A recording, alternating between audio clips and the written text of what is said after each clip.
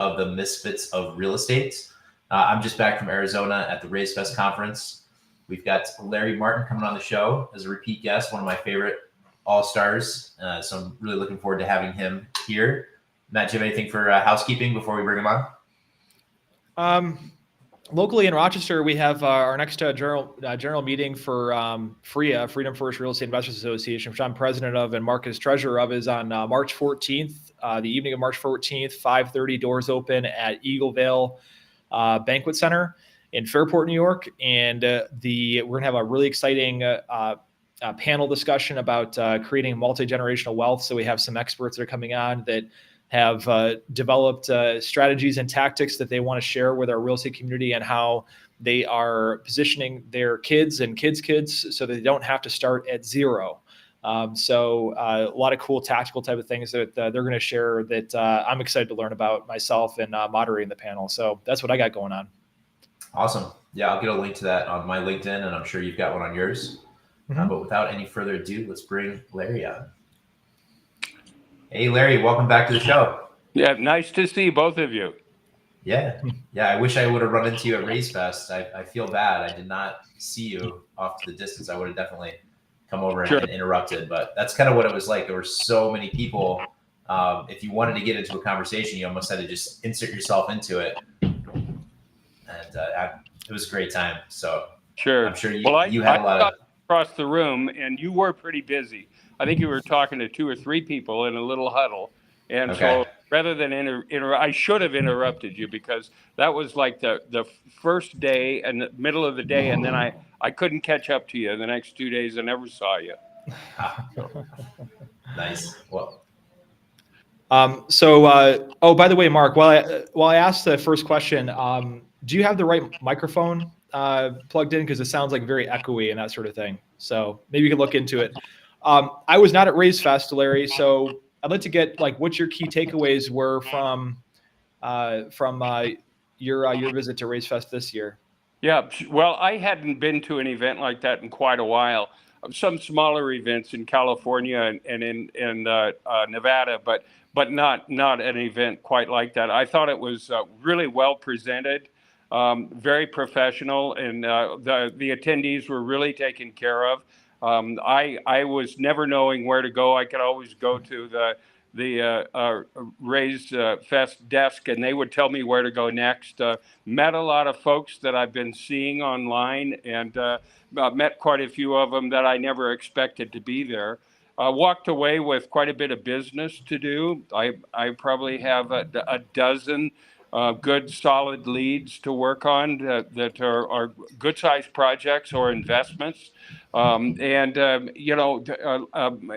quite a bit too. It's pretty amazing the amount of technology that gets presented on stage there. So couldn't take notes quick enough, and so I'll buy all of the CDs for it, or get all the downloads for it. But it was excellent, very good. I don't think I'll miss it again. I think it was even more valuable than Raise Masters to me. So really enjoyed it. Did you get your early bird ticket for next year? I have not. I got to check with my scheduler and make sure that it's clear. So I am booked out for quite a few events coming up this year. I'm going to miss a lot of opportunities I have so far. So I will make certain that she knows what dates to plug in. But I am definitely going. Nice.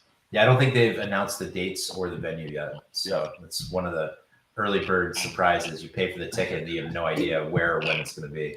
Yeah. Yeah. So, Larry, what's new in your world since we last talked? What have you been working on? Oh, I've been focused on doing modular construction for probably 3 years, a little over 3 years. And now it's beginning to click. A lot of builders, a lot of developers, a lot of communities are beginning to see that they're not going to be able to fill the need for housing, all kinds of housing, from affordable to custom housing. That they're not going to be able to do it unless they do switch to modular. So I'm working on a build-to-suit factory, a 400,000 square foot factory in northern Nevada. I have a second one possibly up in the Northwest. We haven't determined where.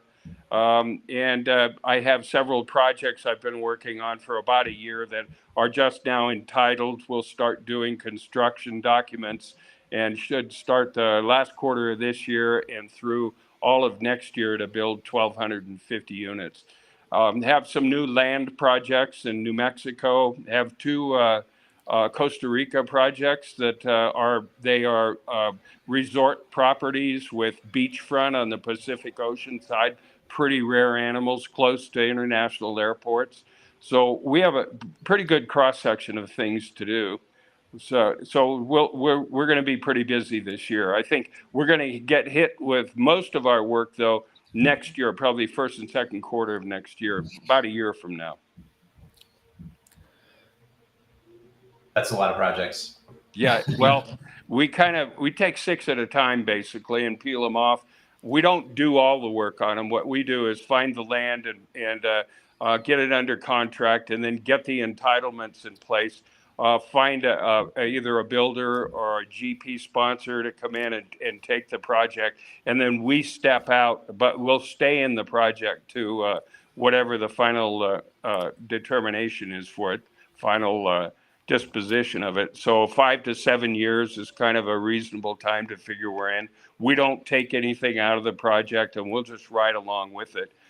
So we have a lot of land that comes to us just because of how we operate and our personnel. We have civil engineers on board that see a lot of projects. So a lot of land comes to us. That's awesome. How did you get the Costa Rica land?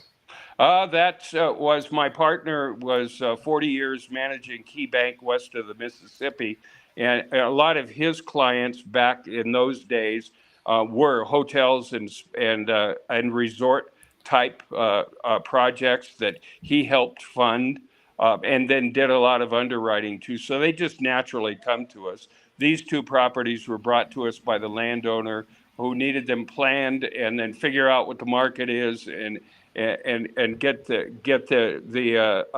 right development in place. It looks like that will be modular out of a factory in Mexico. But it's just, we've been around centuries, so everybody knows they can bring stuff to us and we'll work on it. If it makes sense, a lot of times at the very end, a landowner will ask us to stay in and carry the project all the way through. So the last 3 years, we've been doing that. We've been taking them through, lining up all of the players to get it completed, leased up or in business, and then take it to financed, and then take it to final disposition. I think basically what we do is deal flow. I have a long list of deals to work on, and it gets added to as my partner picks up and I pick up more land. So that's how we do it. So have you ever done anything out of country like that in Costa Rica? That always makes me nervous when I get presented deals outside the U.S. Yeah, no, I have not. My partner has, and then we have a couple of engineering groups that have done things all over the world that we tap into that already are seasoned in development approvals in foreign countries. So, we lean on them quite a bit. Basically, what we try to do is just put together the business concept, the deck for investment, and then get it funded and in the hands of the right operators, the right partners. So how does the financing work like in Costa Rica? Because I've heard of I've had colleagues that have done developments in let's say the Dominican Republic, and they it's basically all cash. There's no banks that really touch or finance those types of deals. So what does it look like from that perspective? Well, we come with investors that are ready to put money into the project. We just have to get it to a point where we've got it underwritten. So we have decades of relationships with investors. So typically a project like that requires 35 to 40% cash equity in the deal, and then most of the operators are not foreign; they are international, and most of them are actually based in the States, and so they are the ones that we depend upon the credibility for the financing.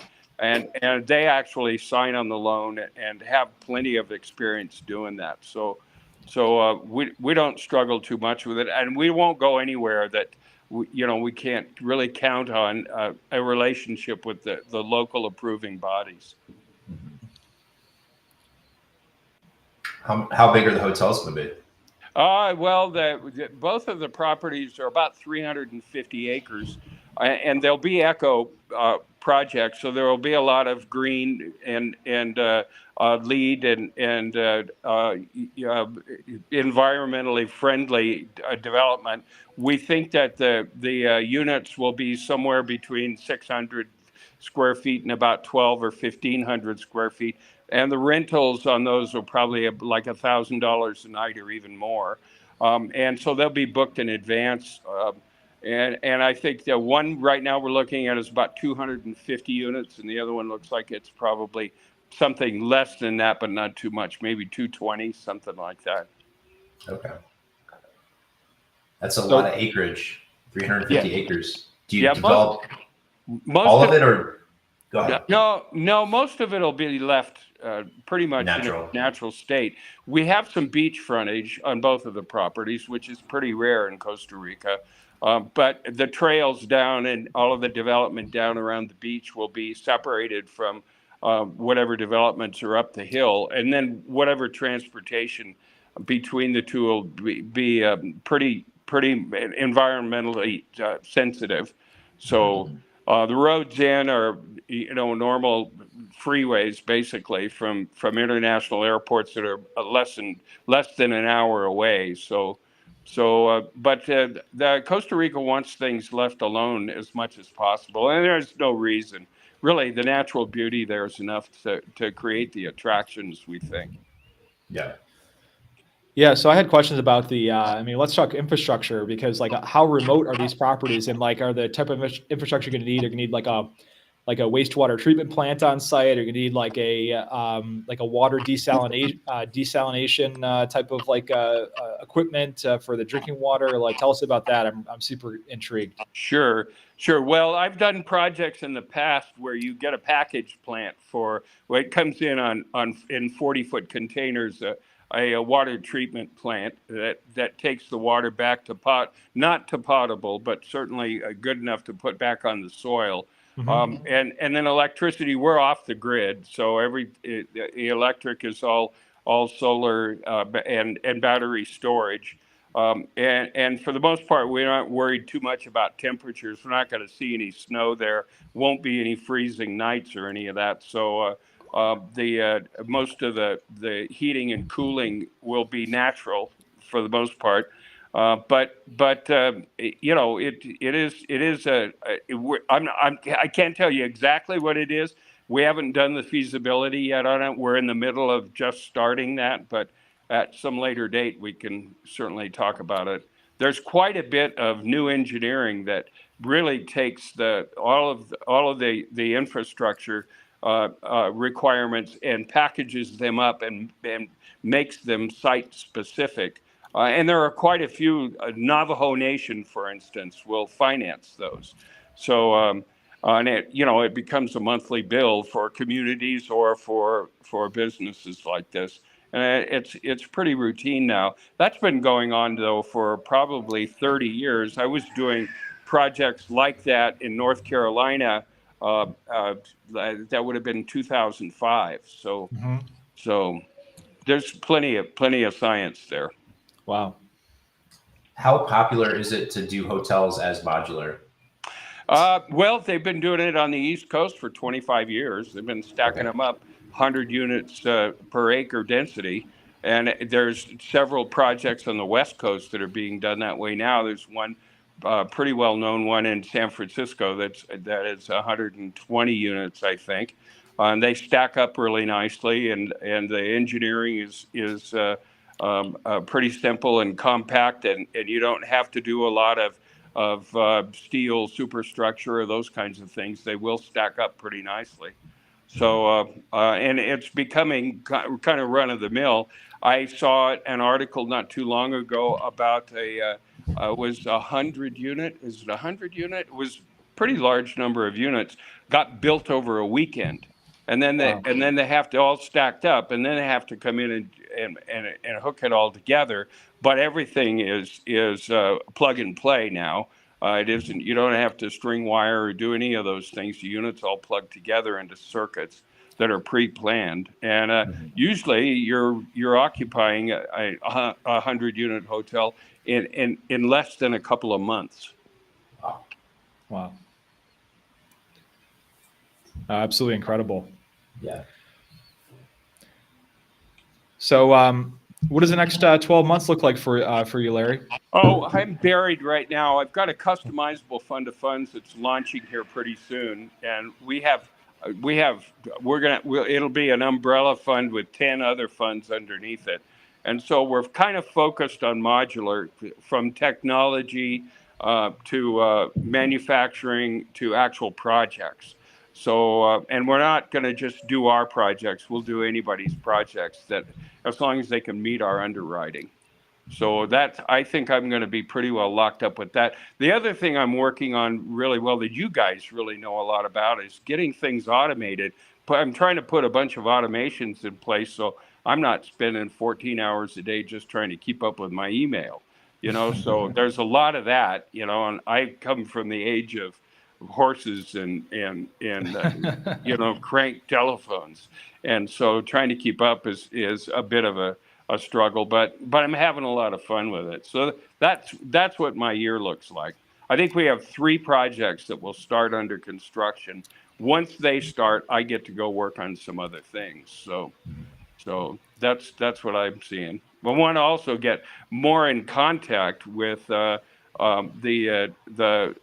fundraisers around the country. It's all changing. An awful lot of the traditional financing is going the way of towards private funders now. Big chunks of family offices that have billions of dollars that are looking for just decent returns. A lot of foreign money is coming in too, so I think I'm going to spend a little bit of time trying to become acquainted with them. What's your game plan for doing that? It's really about being, right now I'm on LinkedIn as much as I can possibly be, reaching out as far as I can. I'm also trying to meet up with folks that go to events all over the world that are looking for projects. We can give them projects to take to get funding. And so we're just outreach, we're just reaching out as far as we can that makes sense. I have a pretty good national and beginning to be international network for a lot of modular experts and folks that have been in the business a long time that came over from stick built and from other development sources years ago. So we got it's a nice cross section of folks. They're all pretty friendly. There is no competition, I can tell you that. We're never going to catch up to the houses that we need to build. I think the biggest problem we have right now is workforce, and it looks like workforce will pretty much be handled, I think, in the next year or two. We certainly have a population that doesn't have enough to do right now. So I'm just trying to pull together all of the strings and all of that, kind of dovetail a lot of different specialties together, focused on problem solving, the main one being housing, and probably the second one would be manufacturing. Yeah. So any affordable housing type of things that you've done in the past, like LIHTC or anything like that? Yeah, I haven't done any. The people that I'm working with, the manufacturer that I'm working with, has been in business for 16 years, and he tried to do some affordable many years ago. And affordable is just kind of you're going to have to go to new technology. There is a technology out there. It's VEGO, VEGO, if you want to look it up, and it is a snap together.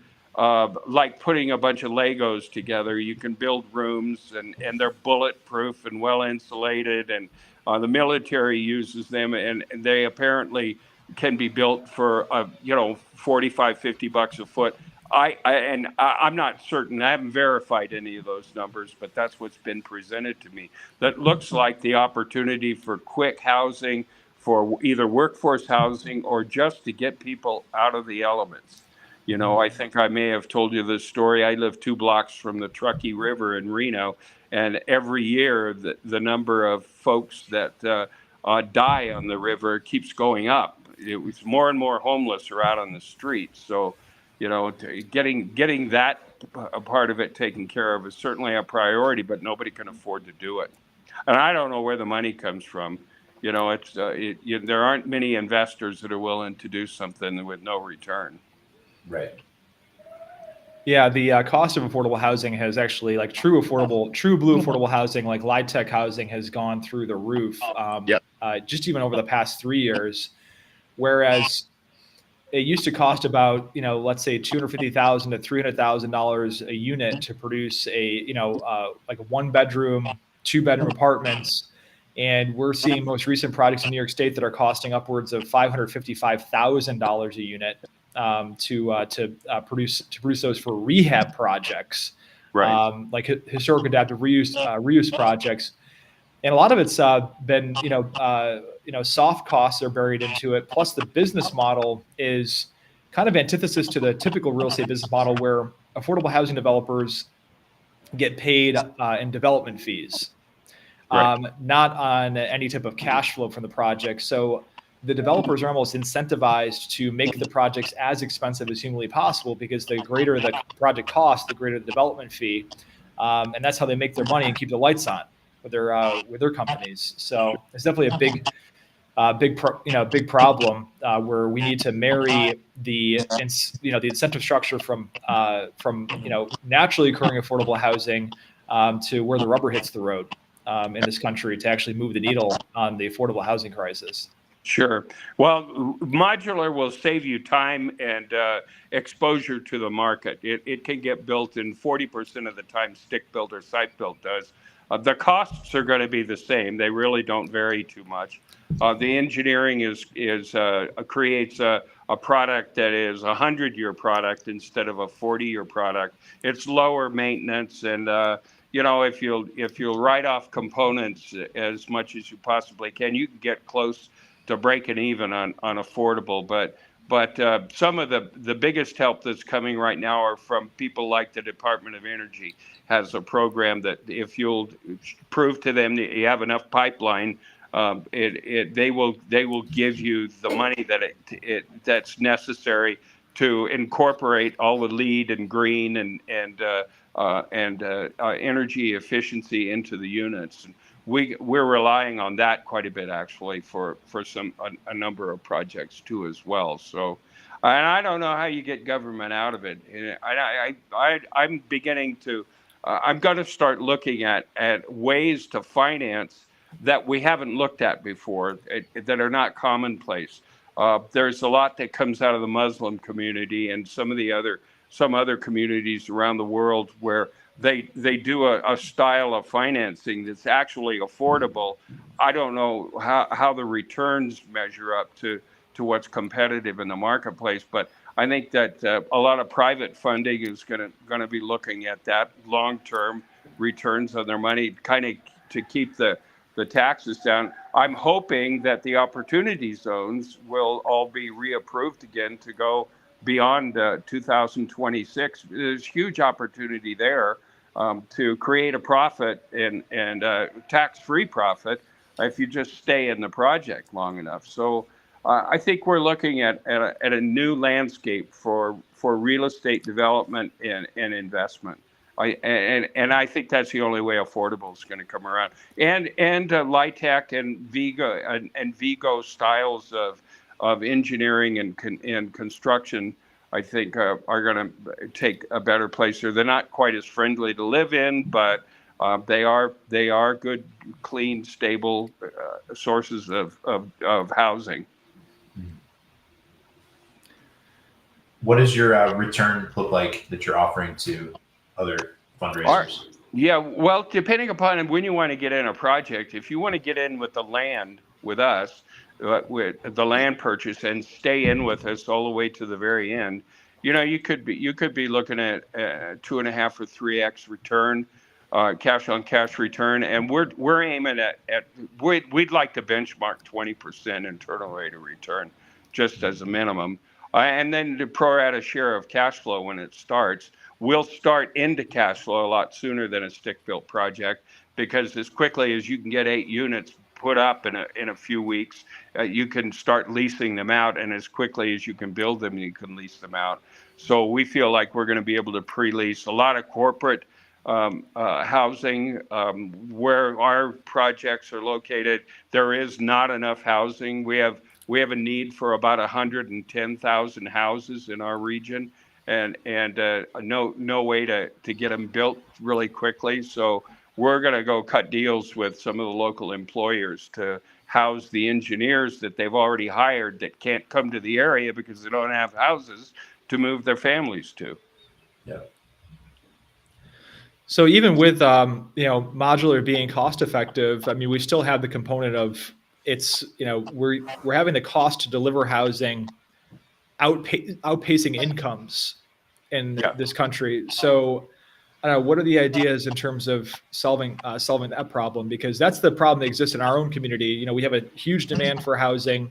Yeah. The only way to produce housing that is that's not luxury oriented in our community, because there's only a certain amount of capacity for that in terms of demand perspective, is subsidies. And when you have the long tail of the government that's involved, even with a private public partnership, it takes a long time, and the supply is not meeting up with demand. So what do you have to say to that? Sure. Well, I think production is going to be, it's going to follow car production. You're going to have 6 different models and 3 different versions of each model, and that's going to be your choice. And if you want anything beyond that, then you're going to pay the price for it. I think if you can get the production headed in that direction, where it's very large numbers of units, the same repeated units being built, that the price is going to eventually drop down into affordable. And affordable is the key word right now. We're seeing jobs also, because there's such a shortage of employees that are available in the marketplace right now. Something that was $13 an hour about 2 years ago now is $26 an hour.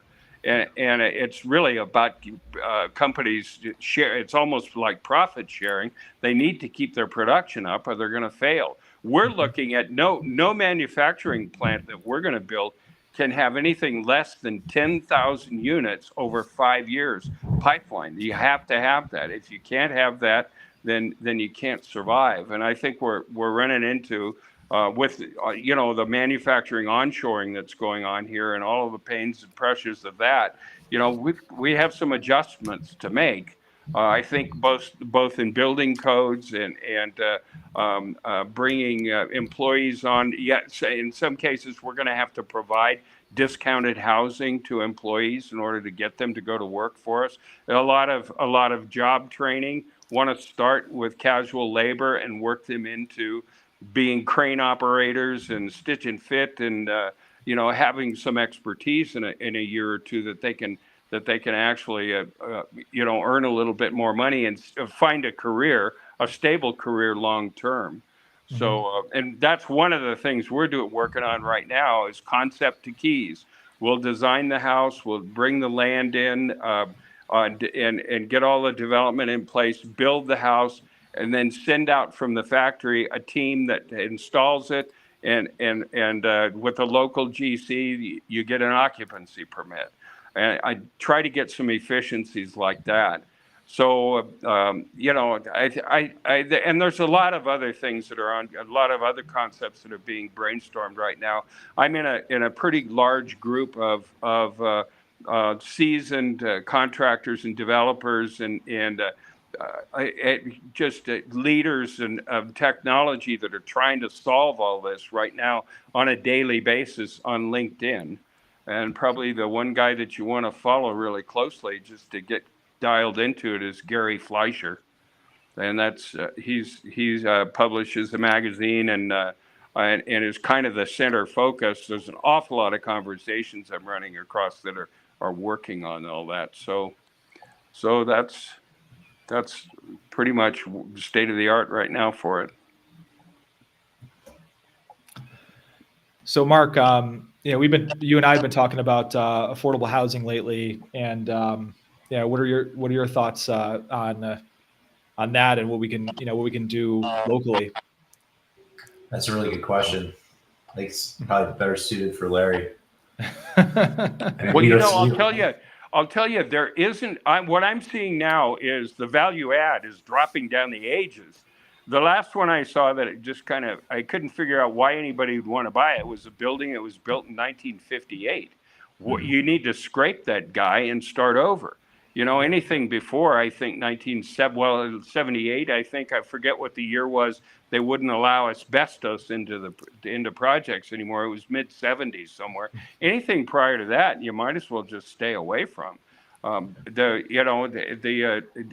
not only costs you almost as much to retro one of those buildings as it does to just build new, with all of the new updated permits and requirements, local government requirements. And energy efficiency. How do you build that into a building that doesn't have any insulation and never had to have it when built?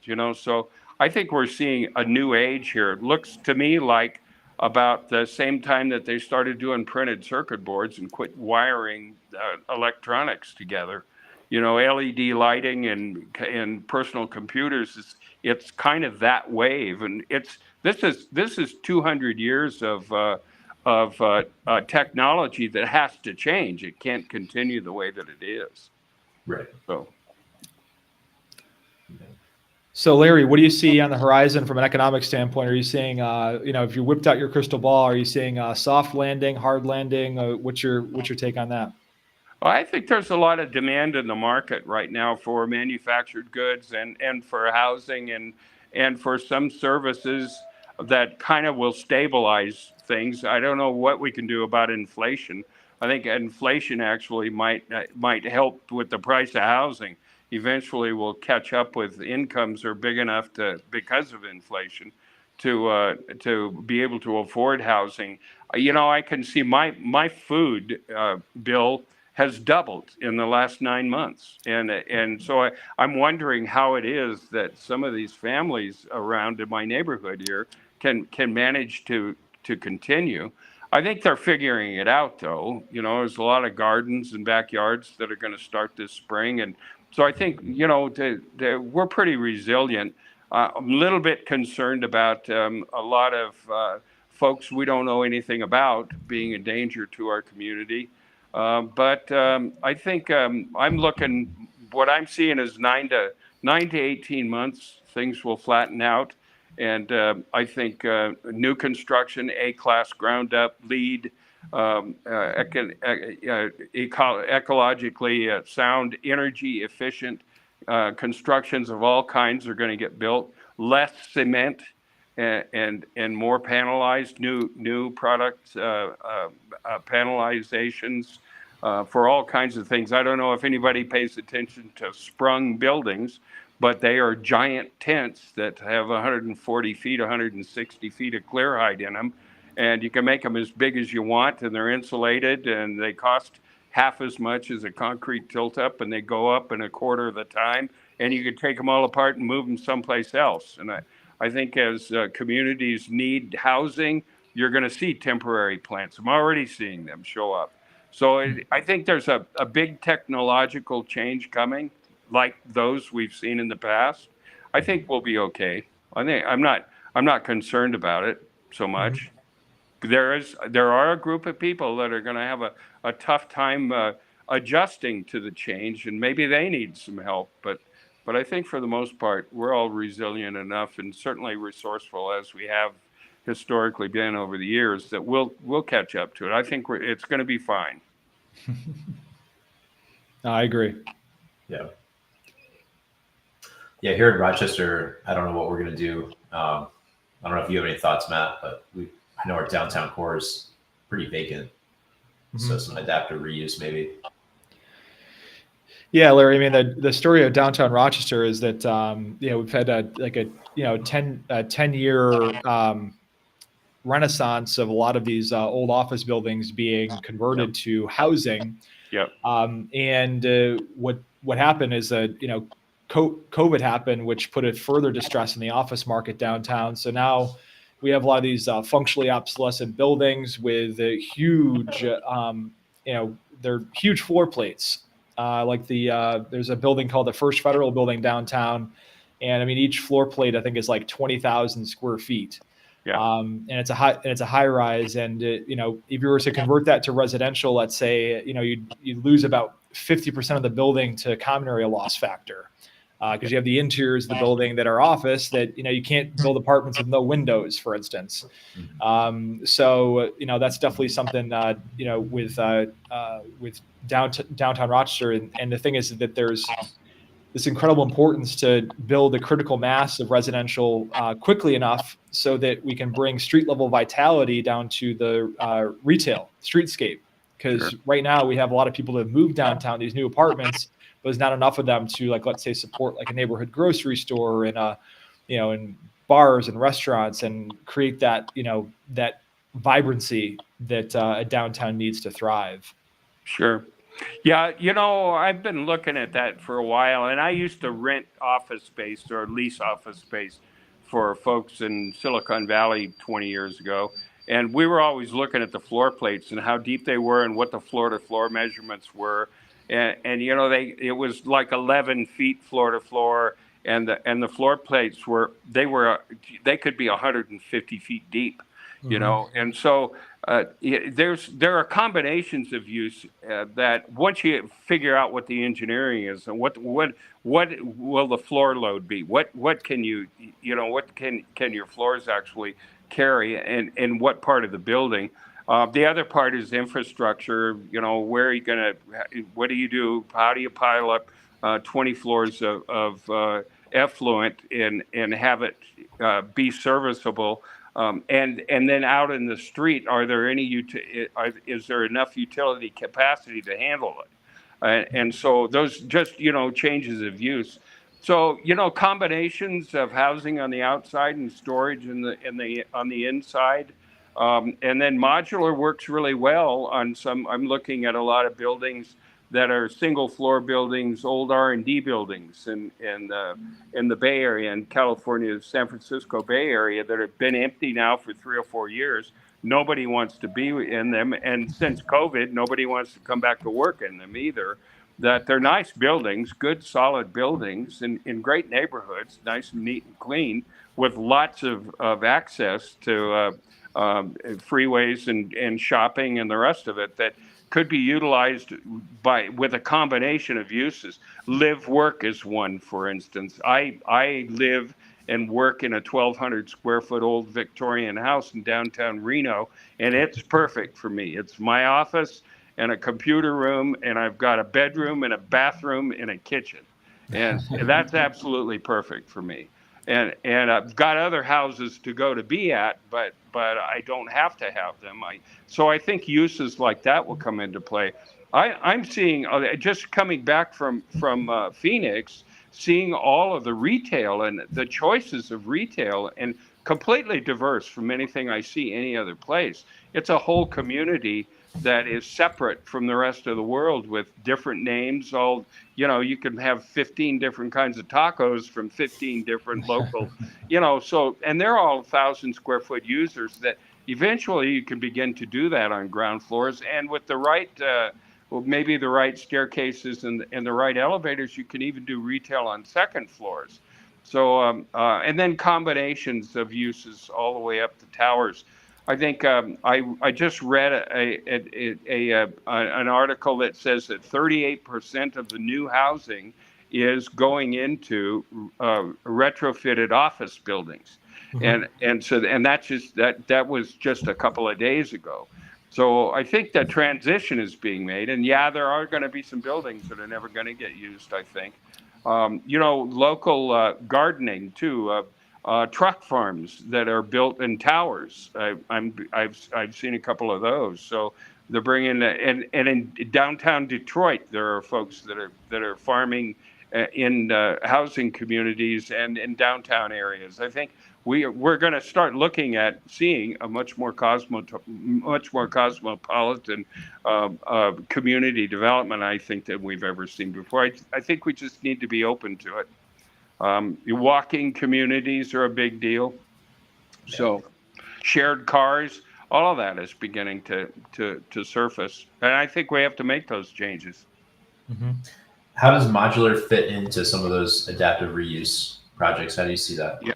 Well, I'm working on one that is about a 75,000 square foot single floor. It's got a 14-foot clear height interior. A great building. You know, it's a concrete tilt up with great windows. And what it looks like is live work, probably 1,200 square foot units with kitchen and bathroom modules that are brought in. And with self-storage or unit storage in the middle, and garage parking in the parking lot in the back.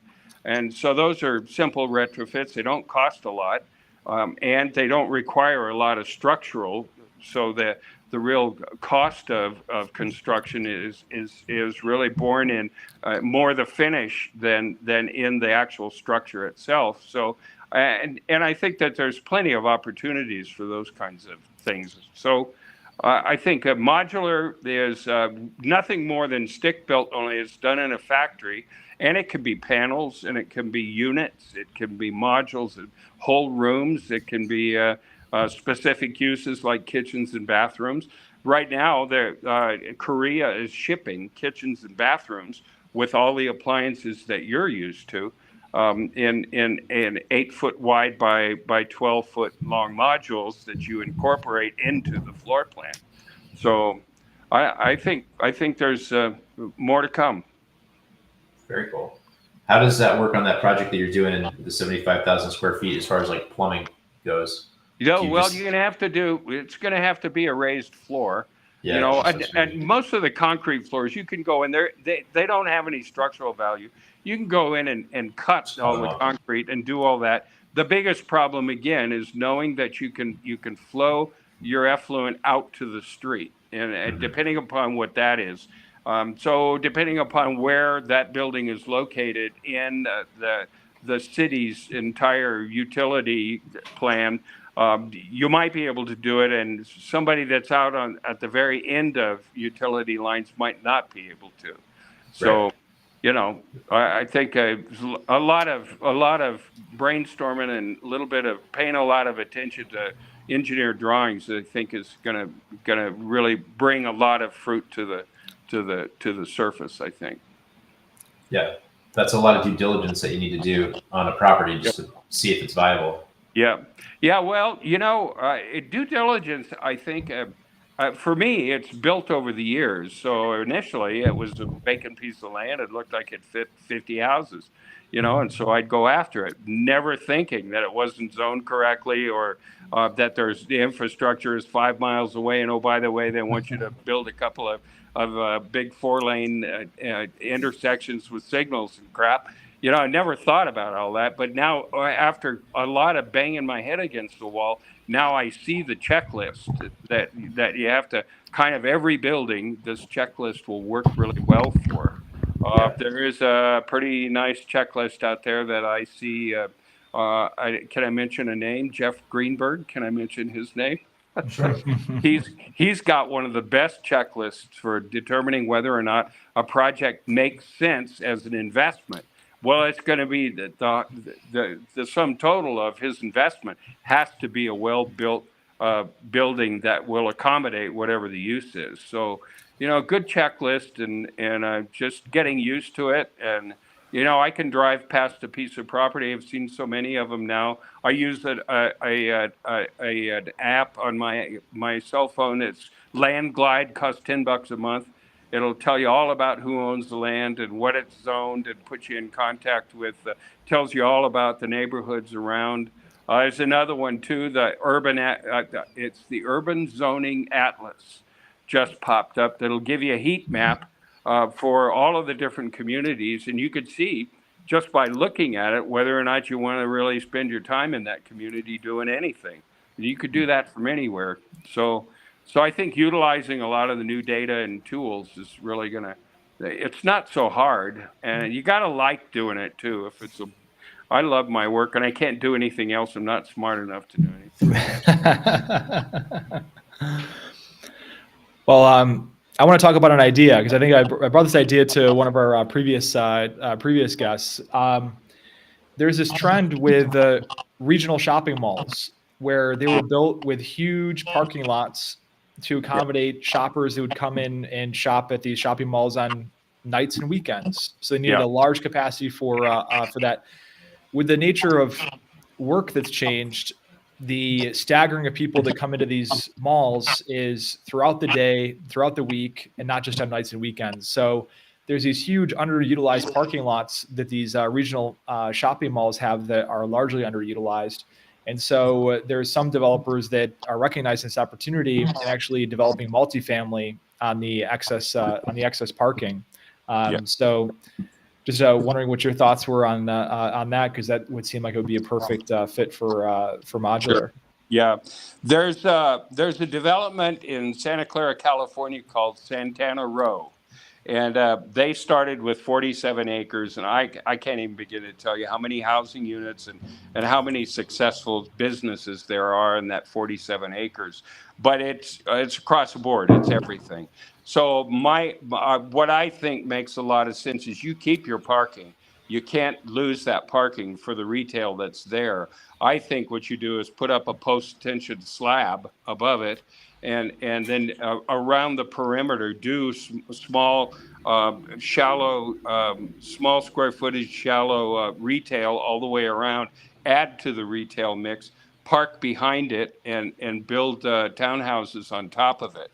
And you're basically you're preserving the parking. You're not doing anything that it wouldn't be a good solid long-term development that should last and look a lot like you guys' communities. I mean, God, you go downtown to any big city and you're looking at 6 floors of housing above a single floor of commercial of one kind or another. So I don't see the regional shopping centers turning that away. I know in my neighborhood there are 2 or 3 that's exactly what they're going to do with them. I forget who's the big mall owner. He has one that I think he's a perfect target for it. Can't remember his name now. His age. So is that something that makes sense to you guys, or?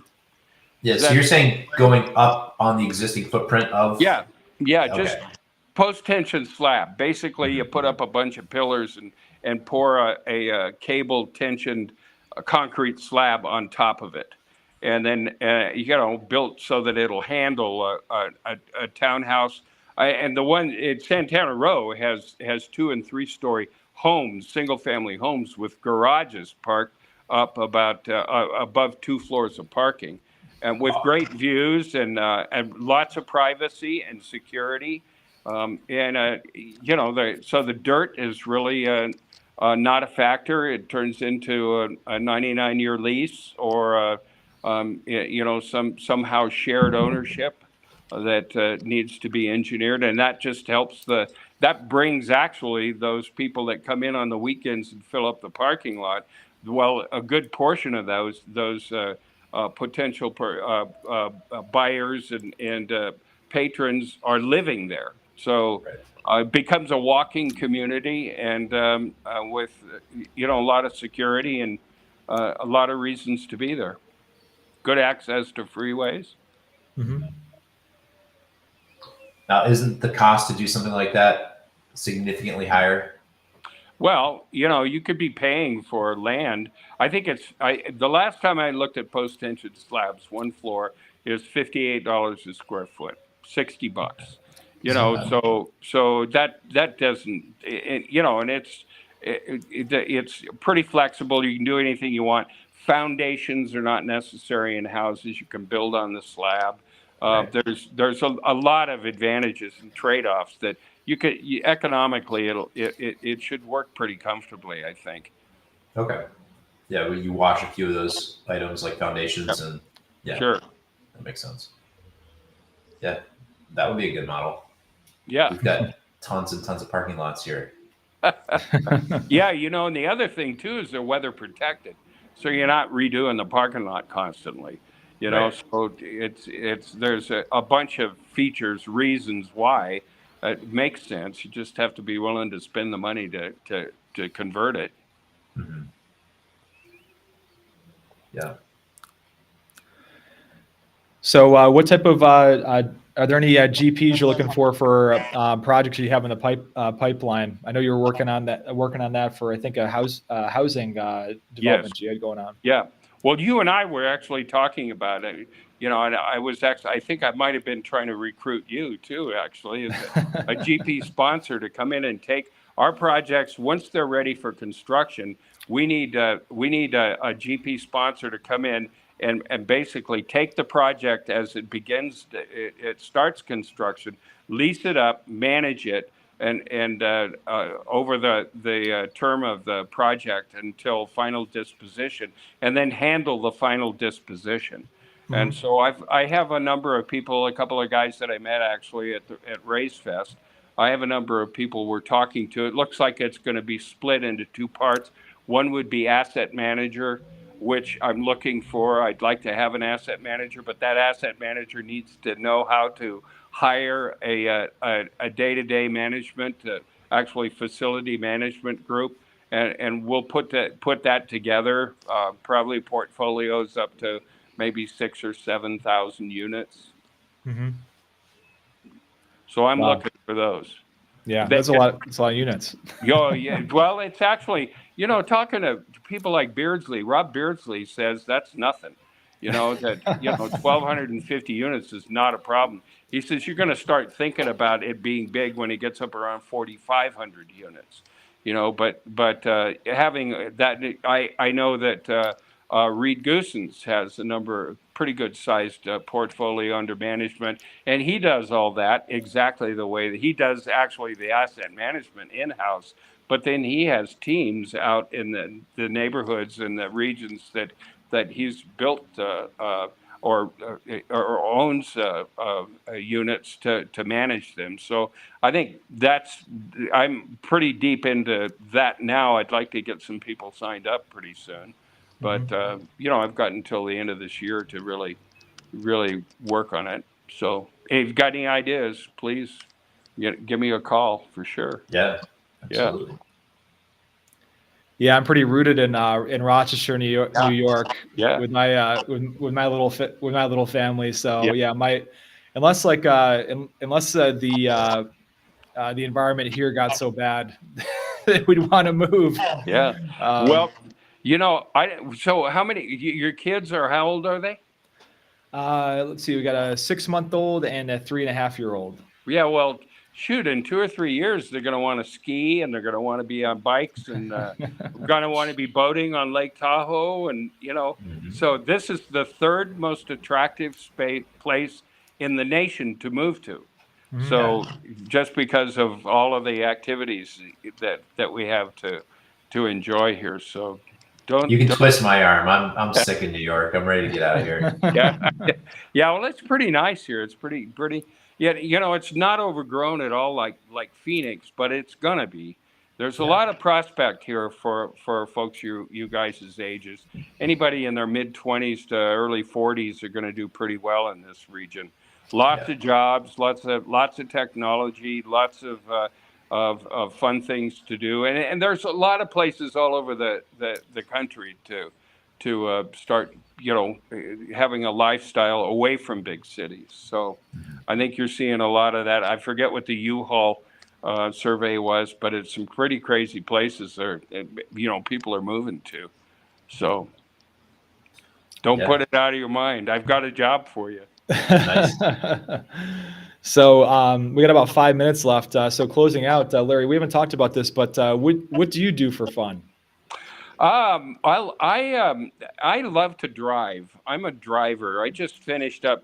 So I started in Reno, drove to Phoenix, then I went to Southern California, and I drove up the coast, spent a couple of days in the Bay Area, and then came home. And it was you know, it's a 1,600-mile drive, but I get to see some of the best country, a lot that I've never seen before. I do that quite a bit. I was an alpine skier quite a bit and a bike rider. Spend a lot of time up in Lake Tahoe, and I'd like to tour. Just go down to Morro Bay and go visit all the shell shops and eat strange food, and just a couple of days. Linda and I are travelers and love just hanging out. We don't have families with us anymore. They're all doing stuff on their own, thank God. And but visit them once in a while. So we're about vacationing as much as we can. Yeah. Where are your favorite spots to vacation? I've got a house in Incline Village in Lake Tahoe. Like to go to Yosemite every year. We're talking about going to Yellowstone every year. And I'll be up in Canada, a little bit of business, and up in Portland, Oregon, a little bit of family, and a little bit of business. I'm down in Southern California about a dozen times a year. So just kind of sticking to the West Coast, not trying to get any more than 300-400 miles from home, I guess. Yeah, that makes sense. Always taking a different road. It's always a loop. It's never out one direction and back the same way. We always take different roads. So if you ever want to come over here, we'll give you the grand tour of the greater upstate. Sure. Well, I am headed that way. I did a lot of work back on the East Coast from North Carolina back in 2005. It looks like I got to go back there again too this year. There's an awful lot of interest and a lot of the experts in modular housing or modular construction technologies. They're all located back by you guys. And so visiting with them, I love, visiting face to face and, shaking hands and walking on the dirt I want to do deals on. So I'm going to continue that, that'll probably never quit for me. Nice. Yeah, no, Canandaigua Lake is like the Lake Tahoe of the East. Yeah. Actually. So that's about 40 minutes away from us. Oh yeah. Yeah. I think Linda's been there. Linda's been all over the world. And so we're going to go revisit some places like that. So it's probably not too far out of the question. Either you're going to move here and I'm going to shake your hand, or I'm going to visit you there and shake your hand. Or both. So. Awesome. You got any final remarks, Matt or Larry? If anybody wants to be in touch with me, I'll give you the phone number is 408-888-6122. And the website is larryrmartin.com. And just be in touch. And if I can get your phone number and your email in my book, you can call me 24/7. I'll answer the phone. If I miss you, go to the top of the list and I'll call you right back. Like to brainstorm. I always learn from all of my conversations. So don't be strangers. Awesome. Well, I really appreciate it. I'm sure the audience does too. I've got a lot of friends that want to get into the modular. I'm sure they're tuned in. Yep. And I'll be reaching out to you. Yeah, good. Send them my way. Yeah. I have 6 or 8 times during the week that I have a calendar, my Calendly calendar. You can pick a time. It's guaranteed. You get a half an hour. And wow. I love to meet with people. So I'm booked pretty well right now, but just get on there and let's talk. That's right. After leaving that conference, you're probably booked up for the next 6 months. Yeah, actually not so bad. All of those people, we traded, and now what they're doing is they're calling me direct. So right. Nobody's taking my calendar times right now. Yeah, there's usually a big uptick right after the conference with new emails and calls and Sure. Larry, thanks again for coming on the show, man. We'll have to do it again sometime soon. And sure. And good to see you guys. I have a 3:00 call. I gotta jump on, so I'm gonna dip out right now, and I'm sure we'll see each other soon. You bet. All right. Thanks everybody for tuning in. Yeah. You bet. See you guys next week. You bet. Bye-bye. Bye-bye.